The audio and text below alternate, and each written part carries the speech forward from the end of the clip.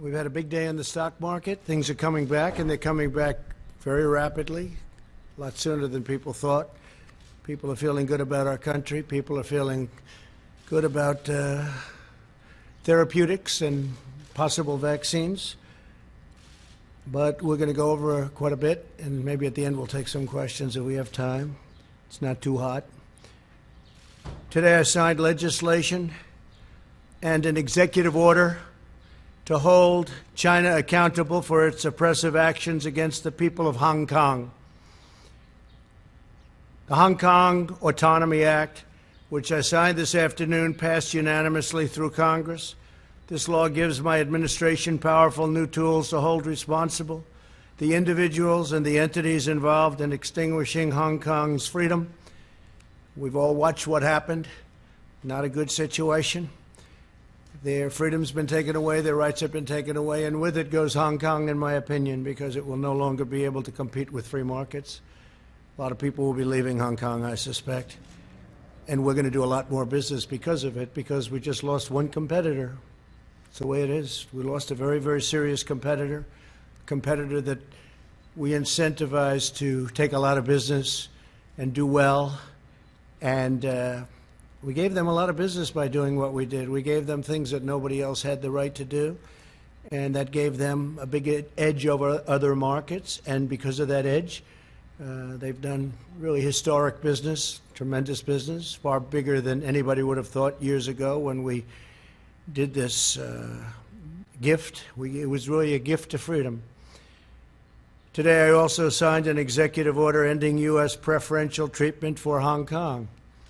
Hong Kong will now be treated the same as mainland China. No special privileges, no special economic treatment, and no export of sensitive technologies. In addition to that, as you know, we're placing massive tariffs and have placed very large tariffs on China. First time that's ever happened to China. Billions of dollars have been paid to the United States, of which I've given quite a bit to the farmers and ranchers of our country because they were targeted. And that's been going on for 3 years. It's the first time anybody's ever done anything like that. And prior to the plague pouring in from China, they were having the worst years, you know, in 67 years. And I don't want them to have a bad year. I want them to have a good year. But they were taking advantage of the United States for many, many years. And that's stopping. But then the virus came in, and the world is a different place. But we're now getting back. And one of the reasons the market's doing so, it's almost at the point that it was at prior to the plague. Almost. We're getting very close. It's a great thing. It's an amazing thing what our people have done and what they've endured. No administration has been tougher on China than this administration. We imposed historic tariffs. We stood up to China's intellectual property theft at a level that nobody's ever come close. We confronted untrustworthy Chinese technology and telecom providers. We convinced many countries, and I did this myself for the most part, not to use Huawei, because we think it's an unsafe security risk. It's a big security risk. I talked many countries out of using it. If they want to do business with us, they can't use it. Just today, I believe that UK announced that they're not going to be using it. And that was up in the air for a long time, but they've decided. And you look at Italy, you look at many other countries.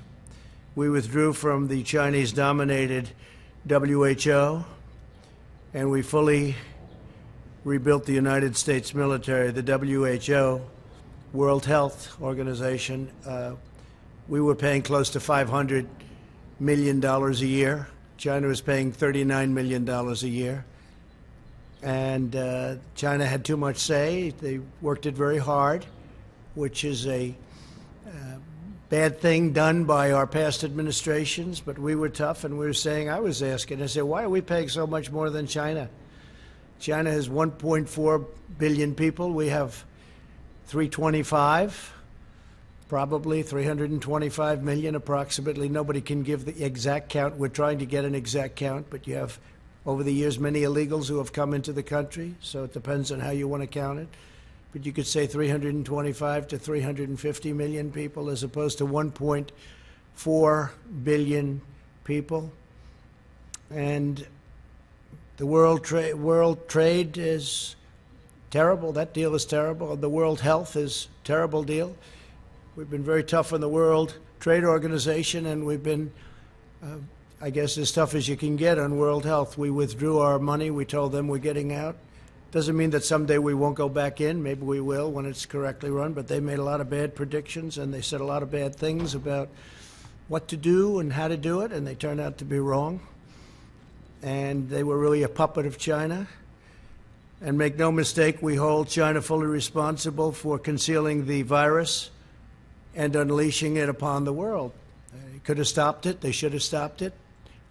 Would have been very easy to do at the source when it happened. In contrast, Joe Biden's entire career has been a gift to the Chinese Communist Party and to the calamity of errors that they've made. They made so many errors, and it's been devastating for the American worker. China has taken out hundreds of billions of dollars a year from our country, and we rebuilt China. I give them all the credit in the world. I don't give the credit for the people that used to stand here, because they allowed this to happen, where hundreds of billions of dollars were taken out of the United States Treasury in order to rebuild China. There's no company and no country in the world, no country in the world has ever ripped off the United States like the incredible job that they did on this country and the people that ran it. Possibly it's one of the reasons, certainly it's one of the very big reasons, trade and things related to trade, that I got elected in the first place. I've been talking about it for a long time, along with many other subjects, frankly. Joe Biden supported China's entry into the World Trade Organization, one of the greatest geopolitical and economic disasters in world history. If you look at China and you look at the moment they joined the World Trade, they were flatlining for years and years and years and decades.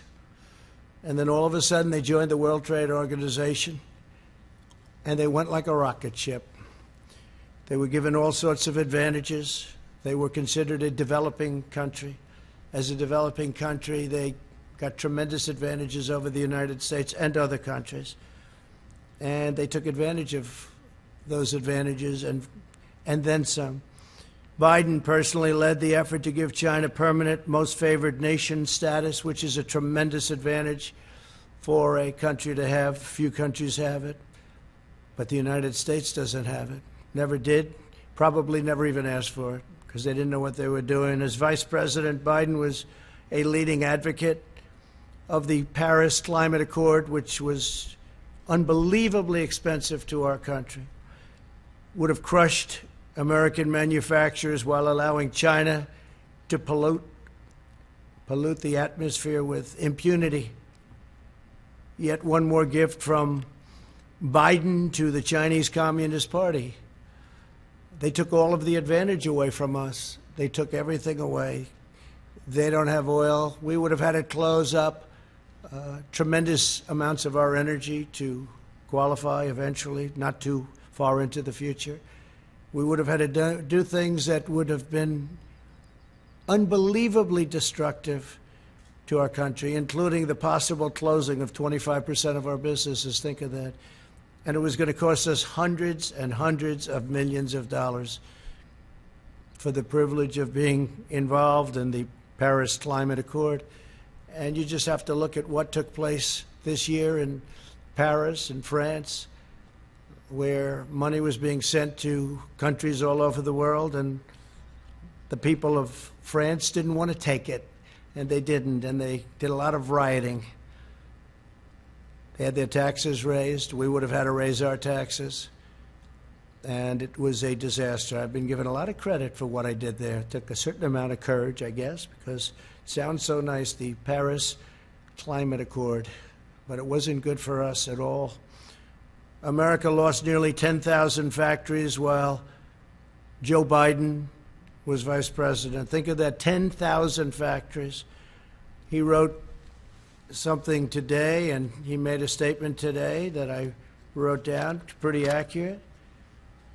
So Biden was here for 47 years, 8 years, the last 8 years, not long ago, as vice president, he said, 1 in 5 miles of our highways are still in poor condition. Well, we're doing a good job on highways, but why didn't he fix them 3 years ago? Why didn't he fix them?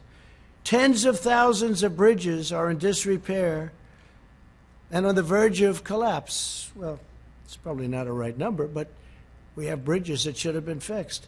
Why didn't he fix them? He was there for 8 years with President Obama. Why didn't they fix them? Tens of thousands of bridges. This is what he wrote. High-speed broadband.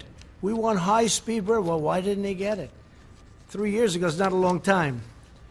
And he didn't do any of the things, but now he says he's going to be president. As president, he's going to do all the things that he didn't do. He never did anything except make very bad decisions, especially on foreign policy. So Joe Biden and President Obama freely allowed China to pillage our factories, plunder our communities, and steal our most precious secrets.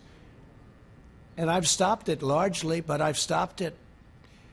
And it wasn't easy, because you talk about a certain power of the telephone and the calls, where they would call and say, no, we don't want to do that. And other countries would call on behalf of China, but I did it. I did what has to be done. And you just take a look at what's gone on and take a look at at the numbers where they devalued their currency in order to pay the tariffs. Now the Democrat Party is calling for defunding of our military. Think of that, defunding. They want to defund our military when China is building a massive military. They're building a massive military, and Biden wants to defund our military.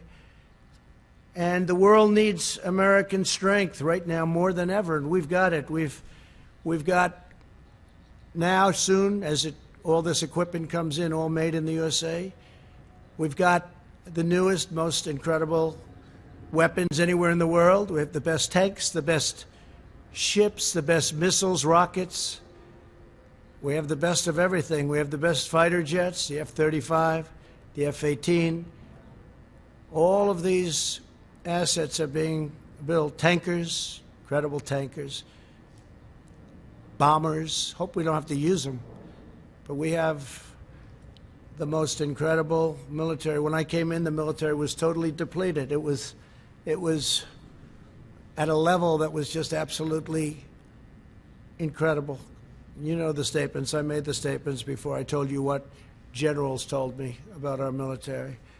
And I'll make them again. If somebody needs them, we'll give them to you. Very well documented. As vice president, Biden opposed tariffs, and he was standing up for China. He didn't want to do anything to disrupt the relationship with China, even though China was taking us to the cleaners. He opposed my very strict travel ban on Chinese nationals to stop the spread of the China virus. He was totally against it. Xenophobic, he called me. Xenophobic. A month later, he admitted I was right. We would have had thousands of people additionally die if we let people come in from heavily infected China. But we stopped it. We did a travel ban in January. Nancy Pelosi was dancing in the streets of Chinatown in San Francisco a month later, and even later than that. And others, too. They all thought what I did was a terrible mistake. We would have lost, in fact, Dr. Fauci said, you would have lost thousands of additional people if President Trump had to do that. And I was a crowd of one, because even experts didn't want to do it. They thought it was a mistake. And then I did Europe when I started seeing what was going on in Italy and Spain and France and other countries in Europe. I did a ban on people coming in from Europe. That would have been disastrous for our country also. And we saved tens of thousands of lives, but we actually saved millions of lives by closing up. We saved millions, potentially millions of lives. Could be a number that we're actually working on, but it could be 2 to 3 million lives. So we're at 135,000, which is terrible. One is too much. But we would have had millions of people dead from this curse that came at us. But we did what we had to do, and now we'll put out the flames as it happens. We have to get the schools open. We have to get everything open. A lot of people don't want to do that for political reasons, not for other reasons. But if we had listened to Joe Biden, hundreds of thousands of additional lives would have been lost. And if you look at the job he did on swine flu, I looked at a poll. They have polls on everything nowadays. And they got very bad marks on the job they did on the swine flu. H1N1. He calls it N1H1. H1N1. Got very poor marks from Gallup on the job they did on swine flu. And they stopped very early on testing. They totally stopped it. They just said stop. And frankly, if we didn't test, you wouldn't have all the headlines because we're showing cases. And we have just about the lowest mortality rate. But if we did, think of this, if we didn't do testing, instead of testing over 40 million people, if we did half the testing, we'd have half the cases. If we did another, you cut that in half, we'd have yet again half of that. But the headlines are always testing. Now, the testing is a good thing, but at the same time, it's fodder for the fake news to report cases. So we're doing 40 million plus, going to be very close to 45 million people. And when I turn on the news, I see cases, cases, cases. They don't talk about deaths being cut down to a level that actually tenfold they use. I got that from one of the very respected media outlets, tenfold, cut tenfold deaths, but they don't talk about that. They talk about cases, and the cases are created because of the fact that we do tremendous testing. We have the best testing in the world. We now make ventilators for the world. We had very few ventilators. There wasn't one person in any hospital anywhere in this country that needed a ventilator that didn't get it. And that was because we mobilized to a level, using the Purchasing Act in some cases, we mobilized to a level that nobody thought possible. Nothing's happened like that since World War II. Our task force has done a great job. Mike Pence works so hard, it gets so little credit. Sad to see that, actually. But he works so hard, gets so little credit. The governors would tell us, we'd be on the phone with 50 different governors. They'd all tell us what a great job, great job. And then they'll go to the media and say, well, they didn't do such a good job. Well, we did a great job. We made a lot of governors look fantastic. We did in New York. What we did in New York was one of the most incredible things. 2,800 bed in Javits Center, but the governor used very few of them, unfortunately. Then we moved in our great hospital ship, one of our two great. We moved one also to Los Angeles. And we could have used that for our senior citizens. We could have used it for other people. They could have used it instead of sending our seniors back into nursing homes that were infected, where you lost thousands of people. Thousands of people in New York died because of poor management by the governor. And it's a very sad thing to see, and very sad to watch, and very sad to look at those statistics. But we have an incredible Javits Center that we built with thousands of beds. I think it was 2,800, all ready to go. And they could have sent people there, or they could have sent senior citizens there instead of sending them into the nursing homes. And after all of that work and getting it done, the Army Corps of Engineers, I mean, the job they did was incredible. They built it in a matter of days. When it was all completed, FEMA, everybody was there, doctors. We ended up getting doctors. They said, we can't man it. I said, so we'll man it and woman it. And that's what we did. We brought in doctors, nurses, everything. We're all set. We said, where are the people? They didn't send the people. Very few people came in. They could have sent them into the Javits Center. They could have sent them to the hospital ship, which was virtually unused, but we were there. By contrast, my administration acted very early to ban travel from China, from Europe, saving all of these lives. Incredible. And I want everyone to know, I want every citizen to know that we're using the full power of the federal government to fight the China virus and to keep our people safe. Through Operation Warp Speed, we will deliver a vaccine in record-breaking time. We're doing very well on the vaccines. We have many, many different vaccines being studied right now, many of which are looking really good. And we're ready to distribute the vaccine when we get it. We're all set, taking a risk, an economic risk of preparing for delivery because we feel very certain it's going to be there. But logistically, we have our military ready to go. We have generals, that's all they do is distribute things, and they're going to be distributing, hopefully, a vaccine or a therapeutic. And it's coming out really well. And I think you're going to have some good news very, very quickly having to do with the vaccines. We're also working with many other countries on the vaccine. Many countries are working with us. We're unleashing our nation's scientific genius to kill the virus. Joe Biden didn't just side with China on the virus. He did. He called me, again, xenophobic. That's what he said. You all heard it many times. He described the rise of China as, quote, a very positive development. Not a positive development. Not for us, it's not. He said that the idea that China is our competition is really bizarre. He's really bizarre. He said China's not a problem. No. Nobody's ripped us off more than China over the last 25, 30 years. Nobody close. And he says China's not a problem. Now he takes it all back now. Now he wants to be Mr. Tough Guy.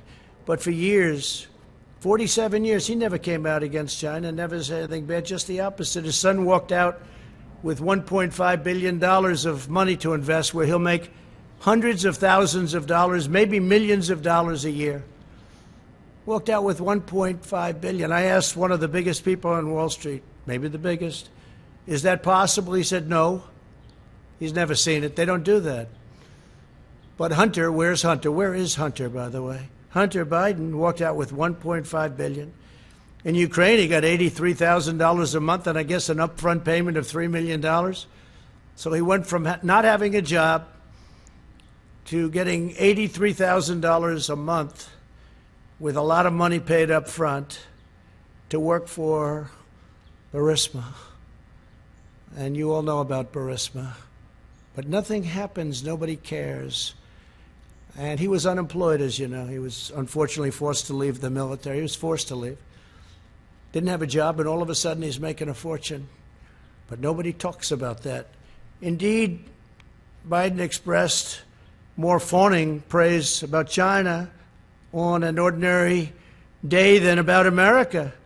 On the 4th of July, the last Independence Day, Biden attacked the United States and said we had, quote, never lived up to the ideals of our fathers, our forefathers, or our founding fathers, those founding ideals. And yet he enthusiastically stated that China is a great nation and we should hope for its continued expansion. Well, we all wish well to China, but what China's unleashed on the world, it's hard to even fathom. I see people now, friends of mine, they walk up, they want to say hello, and they have to keep their distance, and they're all covered up like you're all covered up with face masks. It's a different world, but we're coming out on top. Biden sides with China over America time and time again. And he said on the 4th of July, American history is no fairy tale, and yet blindly celebrates China, saying few nations in history have come so far, so fast. He's so proud of them. He's so proud of them. Now Joe Biden is pushing a platform that would demolish the U.S. economy, totally demolish it. So we built the greatest economy in the history of our country, greatest in the history of the world. That was a few months ago. Best unemployment numbers ever. Best for African American, Asian American, Hispanic American. Best for women, best for everybody. Best for young people that didn't have a high school diploma, didn't have a college diploma. They had a diploma, they were really in good shape. We built the greatest ever, stock market highest ever in history. We had 143 days of all-time stock market highs in just less than 3.5 years. And we had to close it down because we did the right thing by doing that. As I said, we saved millions of lives. But China was saying, this is incredible what's going on. China was for the first time respecting the United States. And now they want to do something that's much different, Joe Biden. So I've watched this, and I've watched it with great interest. We're building our economy again. I guess the stock market went up almost 500 points today, or something thereabouts. You'll check, but it was up a lot when I left. And our economy is coming back. We're almost at a level where, even though it's long before the very important, maybe the most important ever, election of November 3rd, we're long before that, but we're close to record stock markets again, and NASDAQ hit an all-time high for the 16th time. Think of that, for the 16th time over the last month or so, for the 16th time. So one of our markets already hit an all-time high. Today, Joe Biden gave a speech in which he said that the core of his economic agenda is a hard left crusade against American energy. He wants to kill American energy. He wants to re-enter the unfair, one-sided Paris Climate Accord, which will destroy us,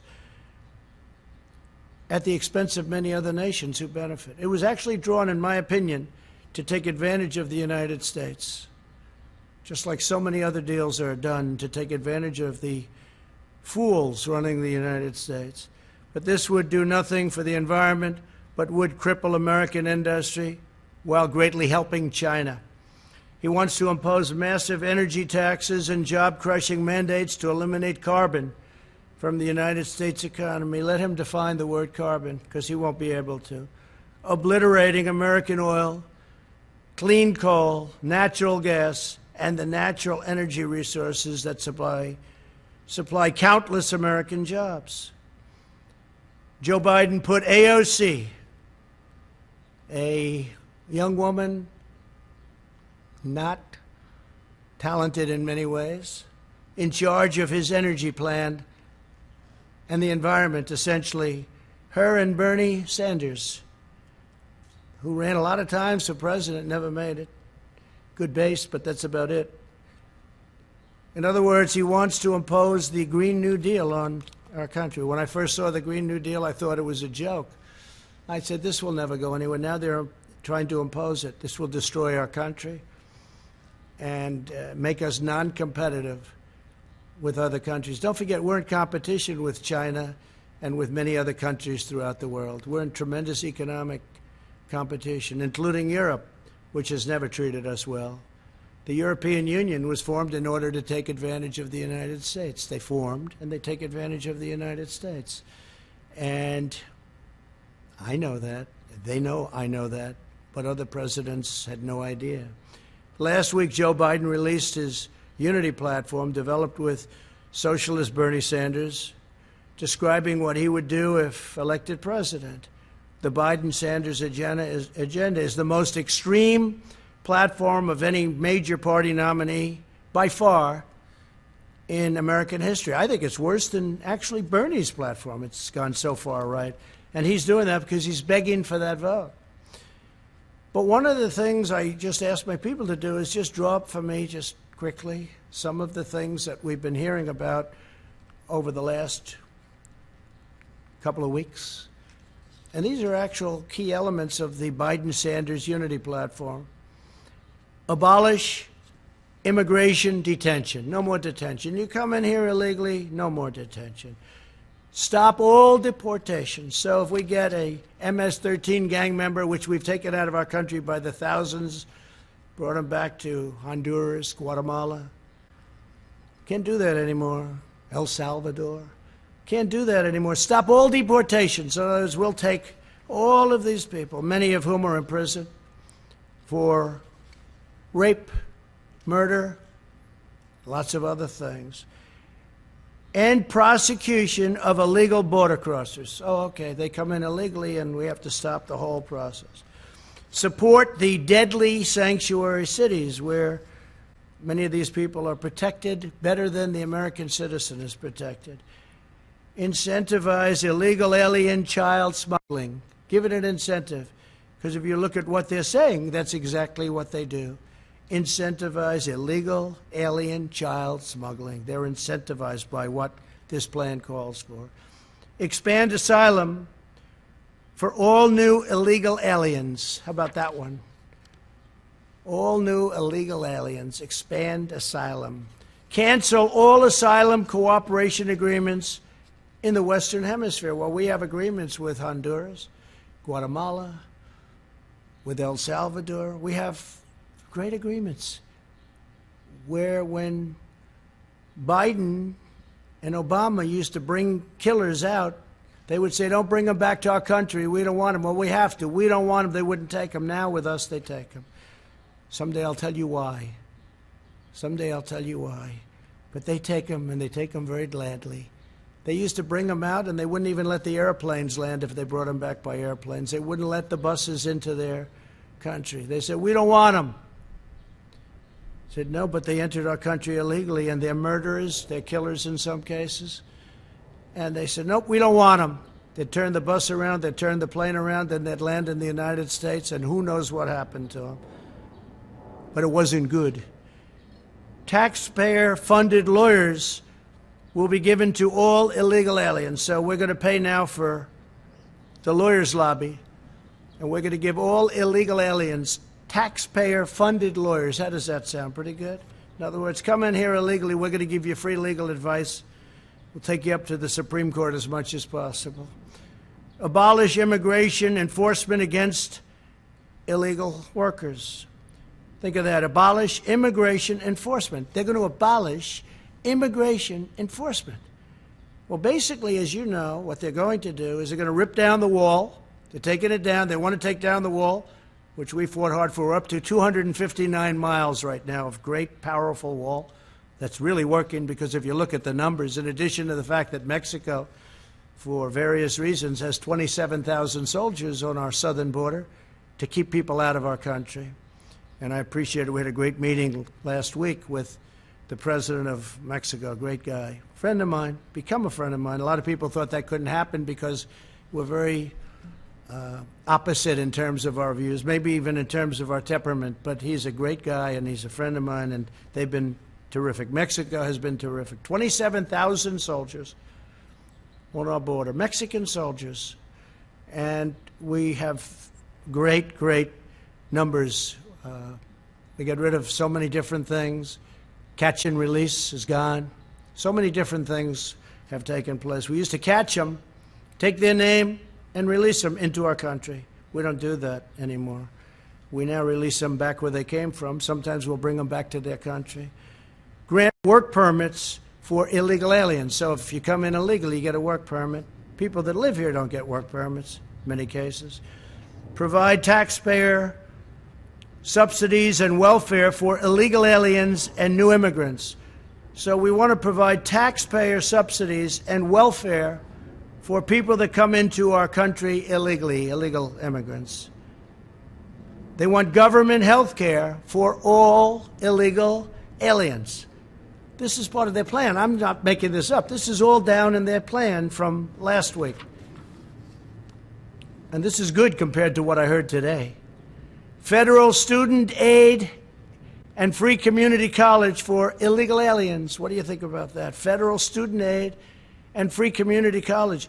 We're going to have every person in the world pouring into our country from all over the world. And by the way, the wall was so timely because it stopped people coming in from heavily infected areas of Mexico.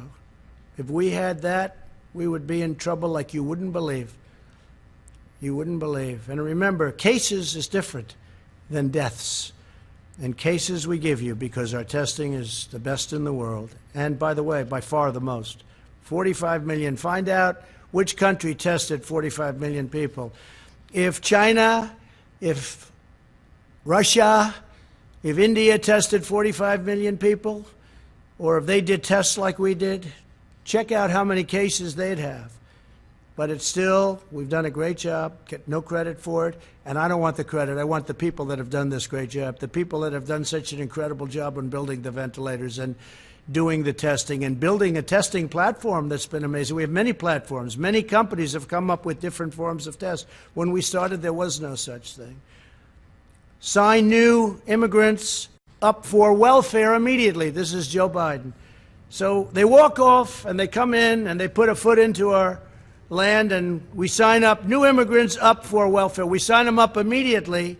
They get welfare benefits. United States citizens don't get what they're looking to give illegal immigrants. Think of that. Sign up. It's hard to believe I'm even reading that. New immigrants for welfare immediately. Not to mention the cost of this, which is incalculable. The cost of this is so crazy. End requirement for immigrant self-sufficiency and maximize their welfare. Now, this is us writing this. Who's not coming to the United States? Every person from South America is going to pour in. Every person from other countries, they're going to be pouring in. End requirement, think of that, for immigrant self-sufficiency. And remember to maximize welfare. So we're giving a maximum. Then we have massively expand immigration during a global pandemic, taking jobs from unemployed Americans. End all travel bans, including from jihadist regions. So now we have travel bans. A lot of you said I didn't get the travel ban, and you were wrong. We got the travel ban. We lost in the Ninth Circuit. We lost again in the Ninth Circuit, and then we won in the Supreme Court. We have a very strong travel ban. And we don't want people that are going to come in and blow up our cities, do things. And frankly, with the liberal Democrats running the cities that we do have, where they do have problems, maybe they wouldn't mind, but I would mind, and the people of this country mind. So listen to this. End all travel bans. He's talking about the ban that I won, that everybody said I didn't win. They said I didn't win because in the lower court we lost, that we lost in the appellate division, and then we won in the Supreme Court. So he said he lost. And they're right at the lower level. But in the meantime, we won in the Supreme Court. So it's in effect, but they didn't say that. They said he lost, which again is fake news, but that's the way they do it. So end all travel bans, including from jihadist regions. They specified that. Grant mass amnesty. Everybody gets amnesty, mass amnesty. Think of that. And this is create a roadmap to citizenship for massive, massive numbers. And we're not talking about DACA, because I'm going to take care of DACA much better than the Democrats did. The Democrats had their chance, and they blew it.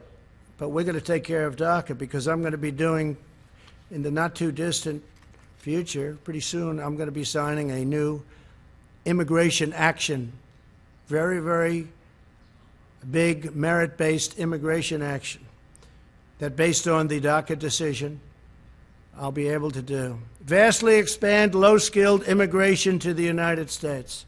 So they want a lot of people come in with low skills. I like merit.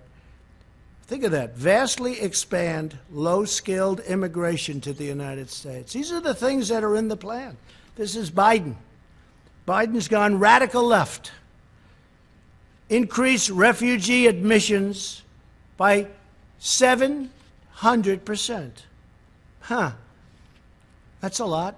By 700%. Nobody's ever heard of such a thing. Increase refugee admissions by 700%.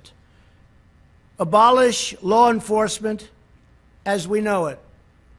I think the police do an incredible job in this country. And you're going to have a rogue, terrible cop on occasion, like you do in any industry, in any business, in any profession. But I think they do an incredible job. Abolish law enforcement as we know it. End cash bail. No bail. Just, we let you right out. Look at what's happened to New York. Crime is up. Shootings are up at numbers that nobody's ever seen before. Look at Chicago. What a disaster. And we're waiting for them to call us, because we're all set to go. We have the FBI. We have Homeland Security. We have everybody ready to go. We have the National Guard. They're all ready to go. End cash bail, releasing dangerous criminals onto our streets. Cash bail. New York just did that. Other places have done it. They haven't turned out too good. Abolish completely the death penalty. And I know there's a lot of debate on the death penalty, and there has been for a long time, but sometimes you use the death penalty depending on the crime. You know what happened today with regard to the death penalty. Appoint social justice prosecutors in order to free violent criminals. So they want to appoint social justice prosecutors to free violent criminals. End mandatory minimums. And that's by empowering judges to determine appropriate sentences, by fighting to repeal mandatory minimums at the federal level and give states incentives to repeal their mandatory minimums. We could go on for days. Incentivize prison closure. So they want to close our prisons. They now want to abolish our police departments. They want to abolish our prisons, I guess. Incentivize jail and prison closures as populations decline. Ensure the resources saved are invested directly into those communities. So they want to close them rather than have them for some very bad people, people that are not going to behave when they get out. You see that in New York. They allowed a lot of criminals out, and those criminals are causing havoc. And then they got rid of their incredible and legendary crime squad. And bad things are happening in New York. Bad things are happening. I love New York. I hate to see what's going on. End solitary confinement. Free federal housing for former inmates. So federal housing now can go to inmates, former inmates. Rejoin Paris Climate Accord and seek an even higher level of restrictions. Oh, I didn't notice that. Oh, I see. So they want to rejoin the Paris Climate Accord, and they want to seek an even higher level of restriction. In other words, make it worse than it was. Mandate net zero carbon emissions for homes, offices, and all new buildings by 2030. That basically means no windows, no nothing. It's very hard to do. I tell people when they want to go into some of these buildings, how are your eyes? Because they won't be good in 5 years. And I hope you don't mind cold office space in the winter and warm office space in the summer, because your air conditioning is not the same as the good old days. Mandate zero carbon emissions from power plants by 2035. Zero. We're talking about zero. Nothing can go in the air. Mandate net zero carbon emissions by 2050. And I believe he's changing that. He's bringing it down. He wants no petroleum product. He wants no oil or gas. I don't think Texas is going to do too well. They're going to get rid of about 7 million jobs if you go by the Biden plan. I don't think that Oklahoma, North Dakota, Pennsylvania, you're going to be too happy with that, and many other states, Ohio. Mandate all 500,000 school buses and all 3 million government vehicles be changed to zero-emission vehicles within 5 years. I've heard of worse than that. Install 500,000 taxpayer-funded charging stations nationwide. Here's a bad one, really bad one. End school choice. There is nothing that the African American community wants more than school choice. And mothers and fathers are going to be very happy to see him be defeated just on that alone. End school choice. So Joe Biden wants to end school choice. End tax credit scholarships serving disadvantaged students in 26 states. Oppose 14 million Americans with education savings accounts. And get rid of school choice, having to do with school choice. Eliminate school choice in Washington, D.C. You know what they've done in Washington. They have some incredible example right here. Example. I know of one example. I think they have a number of them, but one is incredible. Abolish all charter schools. Charter schools are doing great. Ban funding for charter schools in poor neighborhoods. We don't want charter schools in poor neighborhoods. Well, that's not fair. abolish educational standards, abolish in the suburbs. You're going to abolish the suburbs with this. Enforce Obama-Biden's radical AFFH, that's the AFFH regulation that threatens to strip localities of federal affordable housing funds unless they change their zoning laws to fit the federal government's demands.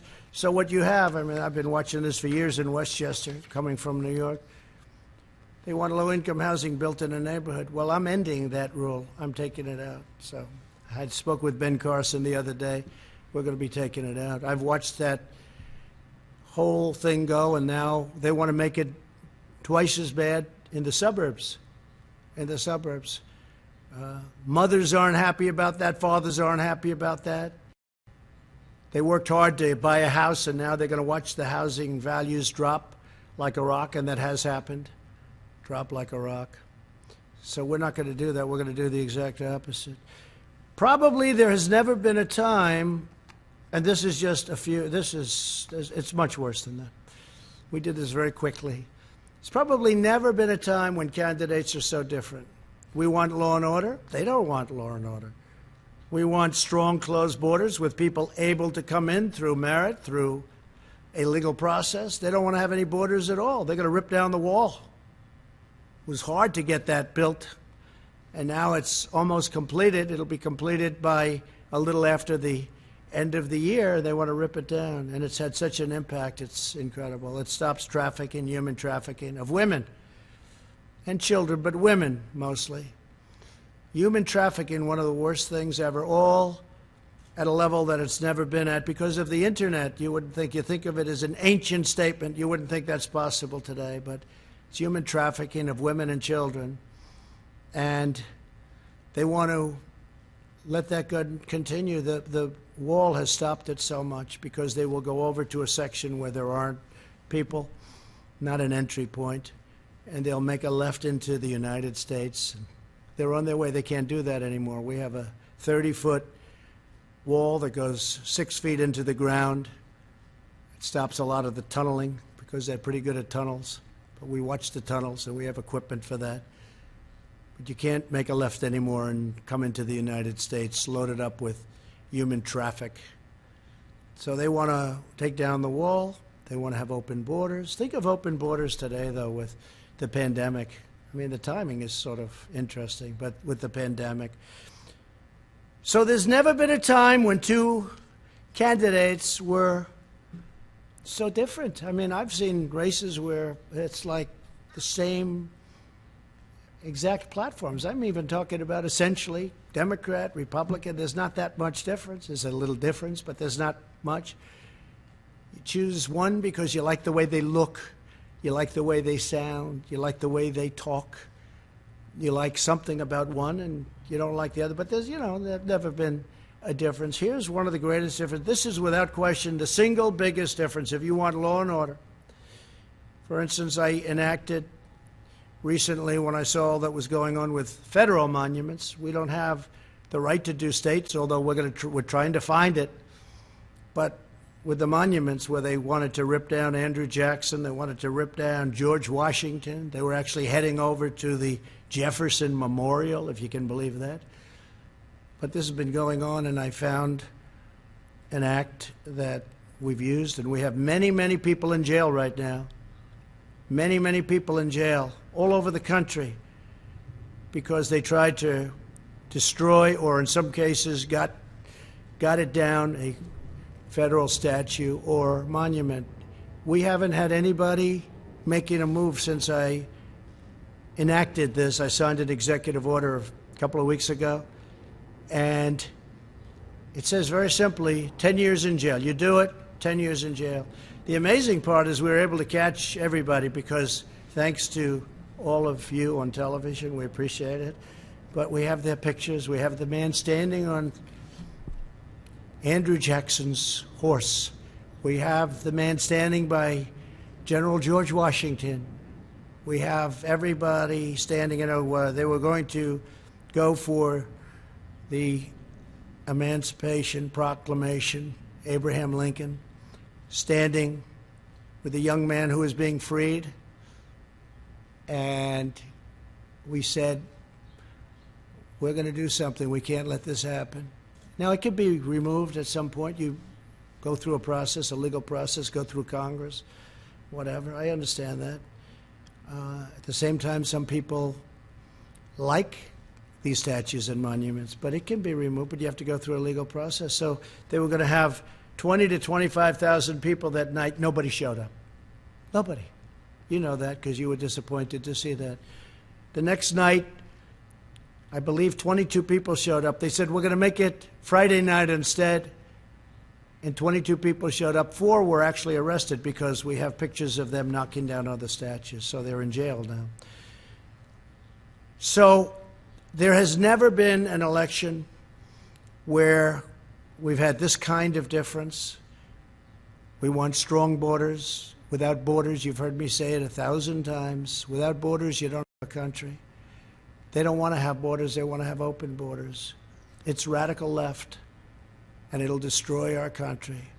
20 years ago, Venezuela was a very rich country, one of the richest anywhere. Per capita, one of the richest, tremendous oil reserves. Now they don't have water. They don't have food. They don't have medicine. We do everything we can to take care of the people, but they have nothing. And that's exactly the ideology that you have going over here. If I wasn't there to stop it, if I wasn't here to say, no way, that's not going to happen, we'd be in some mess. We'd be in some mess. And Pelosi and Schumer and Bernie and Joe, they'll never stop it. They don't have the power, the strength to stop it. It's beyond them. But we do. So there's never been a time like this where you've had an election of people so different. Okay, a couple of questions. Yeah, please, go ahead. Sir, you just spent the better part of an hour explaining why Americans should choose you and not your opponent. Yesterday you said on Twitter, be careful what you wish for. I guess the question is, do you see yourself as the underdog in this race? Do you see yourself losing in the fall? No, I don't. I think we have really good poll numbers. They're not suppression polls, they're real polls. You look at the intercoastal in Florida, you look at the lakes, you see thousands of boats with Trump signs, American signs. You've got the Trump-Pence sign all over. You look at what's going on. You look at bikers for miles and miles riding up highways proudly with their signs. Look, we won a race where it was the same thing, 2016. We had polls that were fake. They turned out to be fake. Not all. A couple of them got it right. 3 of them, to be exact. 3 of them. One of them was unsuspecting. But they got it right. They were very proud of it. But we had in 2016 something even more so, but we got in, and we had 306 to, I guess, 223, which was a tremendous margin of difference. You remember they all said he cannot get to 270. I went to Maine a number of times where we just freed up lobster fishing and fishing. They took away 5,000 square miles from Maine. I just opened it up. And I just got rid of tariffs in China. And we're working on European Union, which charge our fishermen tariffs. And I said, you're not going to do that. So we freed it up for Maine. But if you take a look, we went up there recently. There were crowds, thousands of people lined up going over to a factory where we were opening up for. We're making swabs, a beautiful big new factory making swabs. I think that the enthusiasm now is greater and maybe far greater than it was in 2016. I think a lot of people don't want to talk about it. I think they're not going to say, hey, I'm for Trump, I'm for Trump. They don't want to go through the process. And I fully understand that because the process is not fair. The media doesn't treat us fairly. They never have, and perhaps they never will. But maybe they will when we turn this around for a second time, and it's going to happen very quickly. When we turn it around for a second time, maybe they will. I think we're doing very well in the polls, and I think you have a silent majority, the likes of which this country has never seen before. This is a very important election. We've done a great job. We had to turn it off, as I said, turn it off, and now we've started it again. As you know, they announced 2 weeks ago record job numbers, almost 5 million people And that beat the last month, which was also a record, 2.8 million people. Nobody's ever done what we've done, and now we're doing it twice. And I think by Election Day, you're going to see some incredible numbers. The third quarter is going to be really good. Fourth quarter is going to be great, but next year is going to be one of the best economic years. So hopefully I'll be able to be the president where we say, look at the great job I did. At this point. I think great. I think we have a great chance. I think we're going to have a lot of people show up. I'm very worried about mail-in voting because I think it's subject to tremendous fraud and being rigged. You see that Paterson, New Jersey, where I believe it was 20% of the vote was fraudulent. It was all sorts of things happened. I understand a mailman was recently indicted someplace for playing games with the mail-in ballots. You'll have tremendous fraud if you do these mail-in ballots. Now, absentee ballots are okay, because absentee ballots, you have to get applications, you have to go through a process. If I'm here and I vote in Florida, you get an absentee ballot, but you have to go through a process. Absentee ballots are great. But mail-in voting, where a governor mails millions of ballots to people all over the state, California, millions and millions of ballots as an example, and then they come back, they don't come back, who got them? Did you forget to send them to a Republican area or a Democrat area, I guess you could say? But if you take a look at all of the unbelievable fraud that's been involved with mail-in voting over the last even short period of while, but look at Paterson, New Jersey. It was a massive error and a massive miscalculation, and there was incredible fraud. Look at the city council, what's happened to it. This is one place, but you have many places, and they're all over. Yes, please. Thank you, sir. I want to know, when's the last time you spoke with President Xi of China, and do you plan to speak with him in the near future? No, I haven't spoken to him. Well, no, I don't. I have no plan to speak to him. Yeah, please go. Thank you. So, do you want to do a follow-up? Yeah, I don't mind. Okay, yeah. Is it okay? Yeah, go ahead. Yeah. I just wanted to know, Ruth Bader Ginsburg was hospitalized today with an infection. Wanted to know if you had any reaction to that news. No, I wish her the best. I hope she's better. I didn't hear that, actually. She was just hospitalized? No, that's too bad. No, I wish her the best. Okay. She's actually giving me some good rulings. Okay? So you know that, right? People were surprised. No, I wish her the absolute best. Please. Thank you, Mr. President. So you were mentioning the travel bans, and I wonder, when do you plan to reveal that? Because the European countries are in the situation is under control, much a better place than the U.S., and there is no ban for other hotspots like Russia and India. So what will be the criteria to change that? And another question. Well, you know, we've banned for Europe, and at some point that'll come off, and we're dealing with them all the time. The relationship's very good. They just don't treat us very well on trade. They have been very unfair to us over many, many decades, and we're doing that. It's very easy to solve. I was all set to solve it, actually, and then we got hit with the plague. But we have a travel ban on various countries, and that travel ban remains until such time as we say it doesn't remain. And we want our country safe. We don't, unlike Biden, we don't want to have criminals pouring into our country. We don't want to have open borders. We're not going to have that. And we want to take care of our police. We want to actually fund our police, not defund them. And we're not going to abolish our police, and we're not going to make our military small and weak, because probably, or at least at top of the level, we need our military right now. Yeah, go ahead, please. So how do you think that the America First policy can work during a pandemic? Aren't you concerned that this could actually damage the U.S. and make China more influence around the world? Okay, look. My policy is America first. We've lost hundreds of billions of dollars a year with China and many other countries. And what we're doing is just handing everybody everything. It's just sad. I've watched it. I've looked at it. We did the U.S.-Mexico. You saw that, USMCA. We made a very fair deal on trade. We had the worst deal ever, right? You know that. We had the worst deal ever, and it replaced that. It replaced that horrible NAFTA deal that was one of the worst trade deals ever made. I'll tell you, the only deal that might be worse is the WTO, World Trade Organization. Maybe worse. OAN, please. Thank you, Mr. President. your administration has taken tangible steps to ensure that Chinese companies are not taking advantage of our U.S. stock markets, our trade.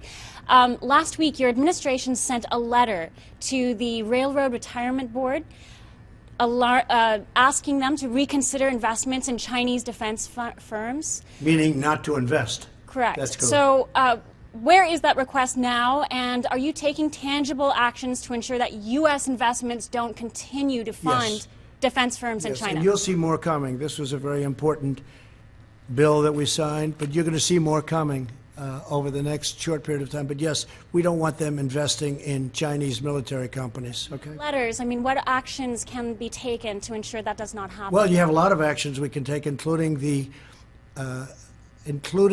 increase. You know, right now people don't know China's paying a lot of tariffs. We made a China deal, and they bought just, I think, the third highest amount of corn ever in world history. They just bought from us the highest amount, which is great for our farmers. But I view it differently than I did before I made the deal. When I made the deal, I thought this was a great deal. After what happened to us, what happened to the world coming from China, I view it much differently. But we can impose massive tariffs on China if we want, and other countries if we want. And we'll see. We just want to be treated fairly. We want a level playing field. Our farmers were never treated properly by anybody, and they were targeted by China. You know, I paid our farmers $28 billion over a 2-year period because they were targeted to that amount of money, to that exact amount of money, 28. It was $16 billion, and it was $12 billion, 28 over a 2-year period. And we gave $28 billion to our farmers. That's why they're all here. And now they're doing very well. Our farmers are doing very well because we made really great trade deals. USMCA just kicked in. The China deal, they're buying a lot. They are buying a lot. We'll say that. They're buying a lot. A lot of people ask, how are they doing on the trade deal? They're buying a lot. So I want to thank everybody, and we'll be having these conferences. Again, we're going to be signing an immigration act very soon. It's going to be based on merit. It's going to be very strong. We're going to work on DACA because we want to make people happy. And I'll tell you, even conservative Republicans want to see something happen with DACA. The Democrats had their chance for 3 years to do something with DACA, and they always turned it down. They always turned it down. They used it as politics. I'm using it to get something done. But we'll be signing a very powerful immigration act.